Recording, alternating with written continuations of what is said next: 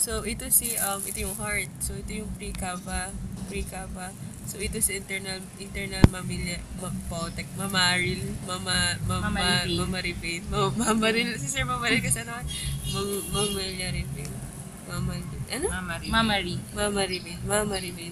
Tapos ito, dahil sa pag-vein, dalawa yung brachiocephalic. Brachio, walang N. Ito si left brachiocephalic, ito si right brachiocephalic. Yan. Si right ito, mula dito, papunta dito. Tapos, magdi-divide siya into two.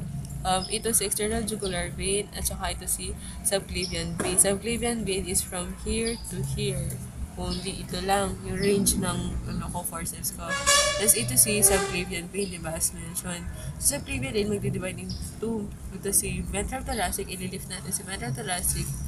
Yan, ito si ventral thoracic. Ito naman si axillary vein. Si axillary vein, pag lumabas na si long thoracic, yan, tama. Si brachial without N again. Brachial vein yan. So, ito si long thoracic. At ito naman si thoracodorsal vein. Okay? Period. Yay! Ay, yung sa taas pala. Kay external jugular. Wait. Oh my God.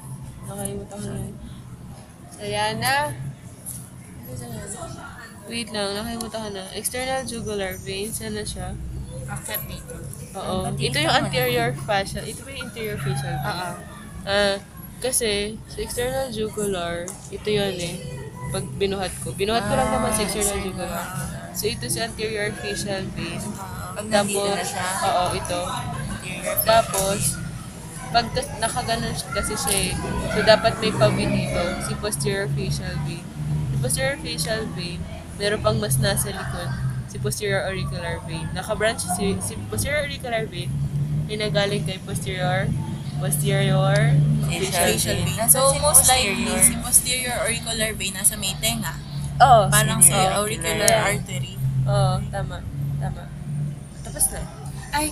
Ang alam ko, si anterior facial, magbabranch siya to, Temporal. hindi, meron siyang letter A na sinabi.